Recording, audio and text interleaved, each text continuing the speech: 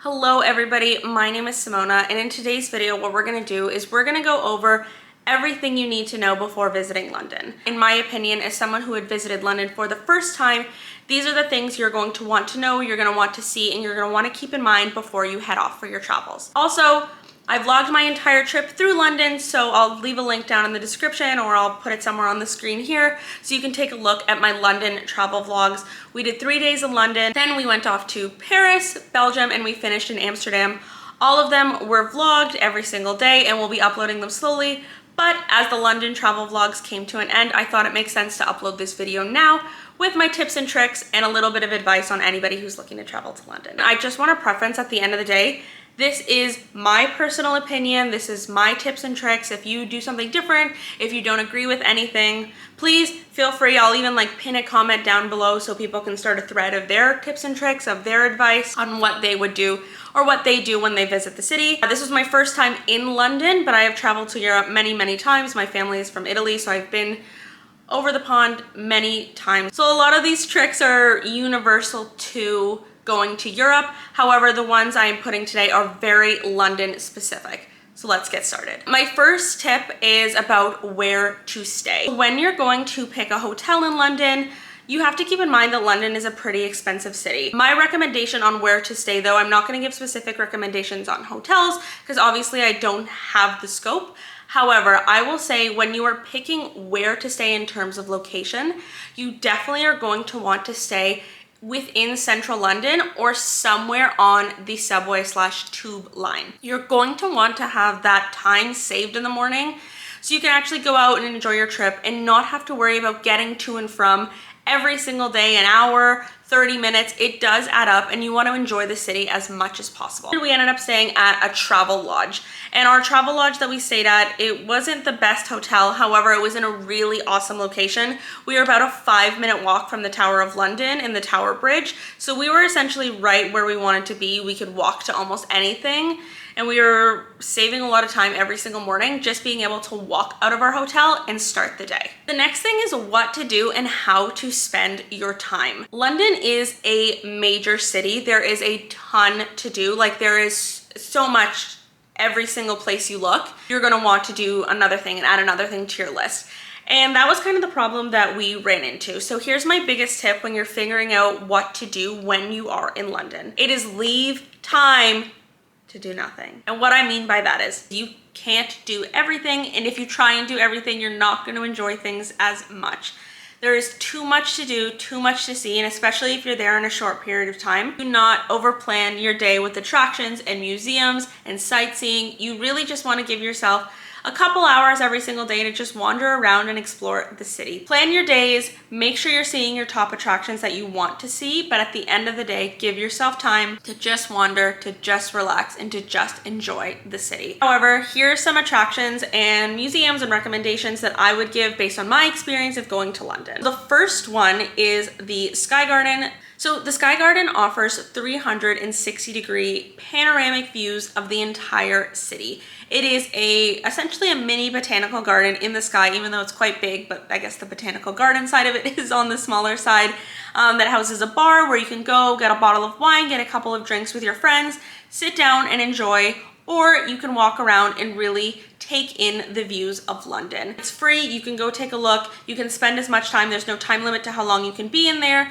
you can take a look, you can enjoy, you can sit down, relax within the garden, get a drink with some friends, and really just take in the beautiful city. The next one is, my recommendation is the British Museum. The British Museum was absolutely fantastic. I know there's some controversy obviously surrounding museums in general and how museums come to acquire what is inside them. However, at the end of the day, it is an amazing, beautiful collection of art, and you should definitely check this out. It's completely free. The building itself is a work of art, so make sure you're looking at the ceiling, make sure you're looking at the walls, but the art itself, the different attractions, the sculptures, the exhibits that they have within is truly breathtaking. I could have spent all day in here, and if you are going, I would recommend setting aside a large portion of your day if you're a museum person, just to make sure you have enough time to see as much of this museum as possible and take in as much as you want and you don't have to feel rushed. If you like musical theater, London actually has a really amazing theater community. It's called the West End.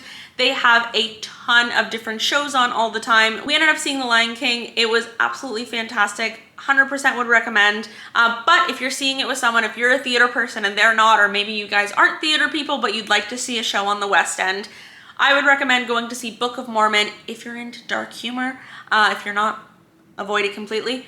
But the Book of Mormon is a very good beginner musical. It's absolutely hilarious. You will definitely like it. It is very easy to digest, and it's just fun. So I would recommend seeing that if you are in the West End. My next part is just explore the areas of Soho and Covent Gardens. Like, it is a beautiful area of the city. You're going to want to take your time. You're going to want to get lost within the streets, and you're not going to want to worry that you have to make an appointment for this time of day, or you have to go here or there or whatever it may be. You want to give yourself that opportunity to really just explore and have nothing else to do but take in where you are. If you're a Harry Potter fan, platform 9 3/4 is really cute. It's at King's Cross Station.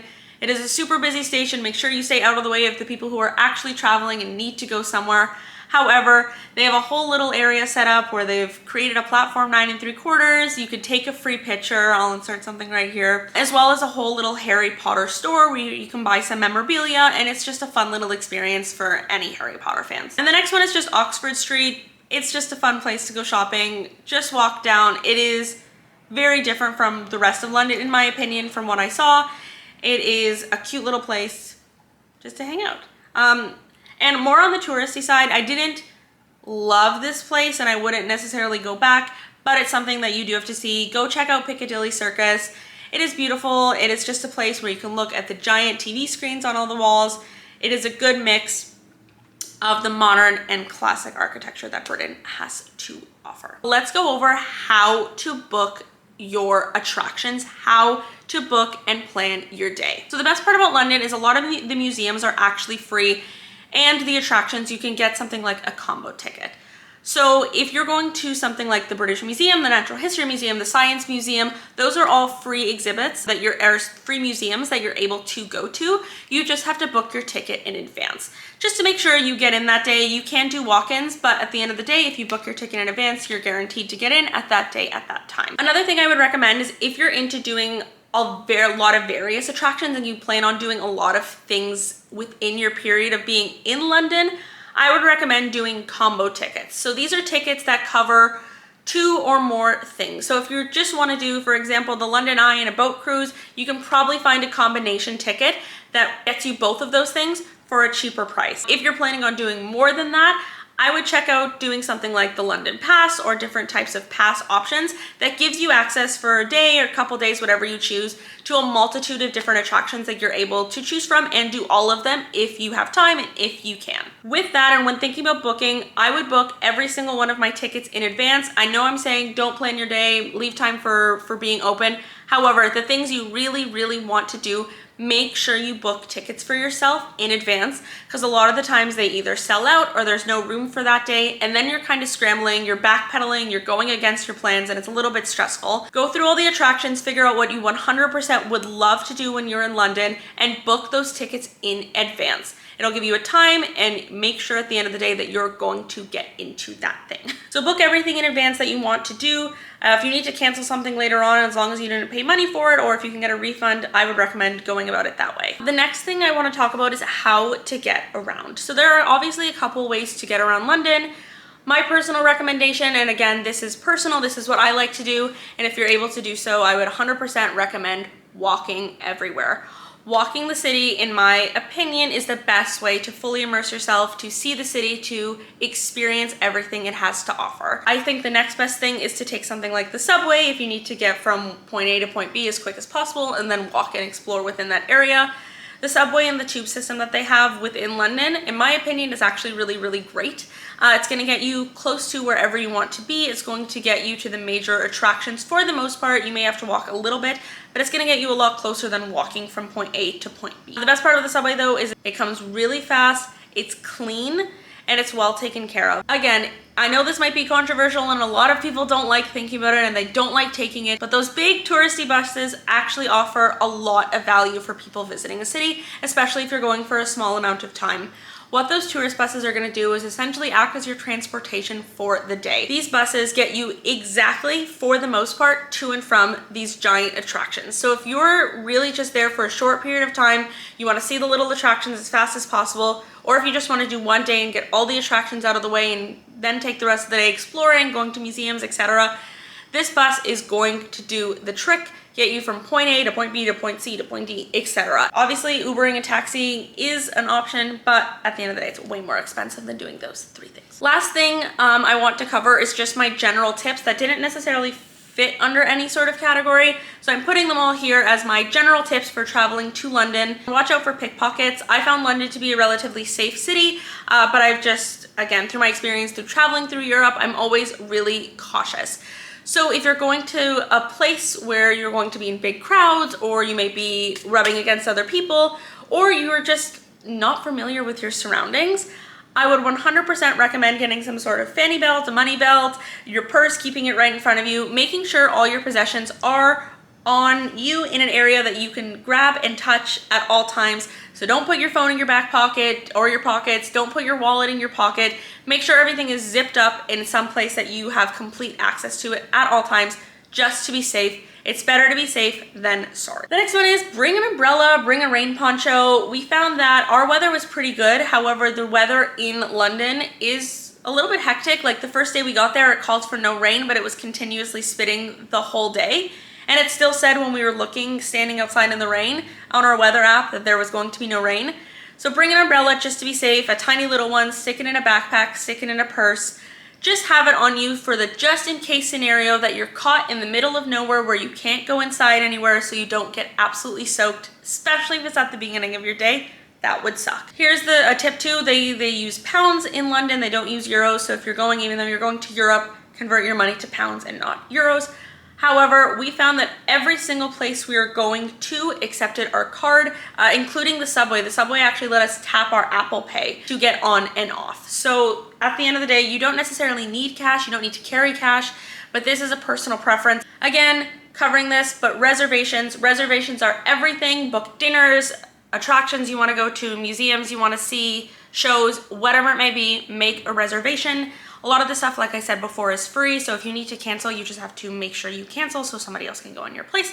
However, at the end of the day, you want to make sure that you have a reservation for all the things you want to do so your day plan doesn't get screwed up, so you're not stressed, so you don't have to miss seeing things that you wanted to just because you can't get in that day and the rest of your days are full. This one might be a little bit self-explanatory, but also not. So I come from Canada, North America, where we drive on the right. In England, they drive on the left. So when you're crossing the road, when you are going to walk anywhere, till you get used to how they are driving, look both ways. Don't get hit by a car. You think your brain can switch it around, being like, I know people drive on the left. Instinctually, you don't even realize you look the way you always look to see if a car is coming in your direction. So the cool thing about London is on the streets, they have these little signs as you're standing right before you cross that says look right or look left. That way it tells you what direction the traffic is coming from and where to look before you cross the road. Another kind of self-explanatory one is wear comfortable shoes. I know everybody wants to look nice, especially when they go on vacation, especially when they go to a grand city like London. But at the end of the day, make sure your awesome outfits can match with some sort of running shoes or some shoes that you're comfortable wearing all day and walking in, because you don't want to get a blister, you don't want to be in pain. I value comfort over all else, so I wore the same pair of running shoes my entire trip. We also traveled only in a carry-on, so there was no space for another pair of shoes. Wear running shoes is my best bet, but any shoes that you can walk in all day, any shoes that you feel comfortable, that's not going to hurt your feet or injure you in any way, wear those. You're gonna wanna make sure you have the ability to walk. And the last thing, just bring a travel adapter. They use different plugs. Again, this one's kind of self-explanatory, but bring a travel adapter. They have different outlets there. You wanna make sure you can use all your devices, so bring one. You're probably gonna find one a lot cheaper here on Amazon than you are when you go over to London and realize you need one and you have to go to a convenience store at 3 in the morning. Those are my big tips for London. I think if you are traveling there, it is an absolutely beautiful city. I would love to go back as soon as possible. Again, just want to preference, these tips are all in my opinion. Someone who has traveled to Europe very frequently, but again, my first time in London. These are my tips and tricks for what I would do, what I would recommend, and things you should know before you head over. I will link down below to all of my London vlogs so you can see my entire travel. We didn't show everything that I gave tips for in the videos because, again, it's my first time vlogging. It was my first time getting the hang of filming.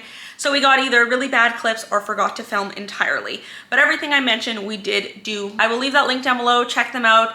Also, like and subscribe for more advice. We're going to move on now to my Paris vlogs. And from there, there's going to be the vlogs as well as some more travel tips and tricks. Hope you enjoy. I hope your next trip to London or wherever you're going is absolutely fantastic. Happy travels.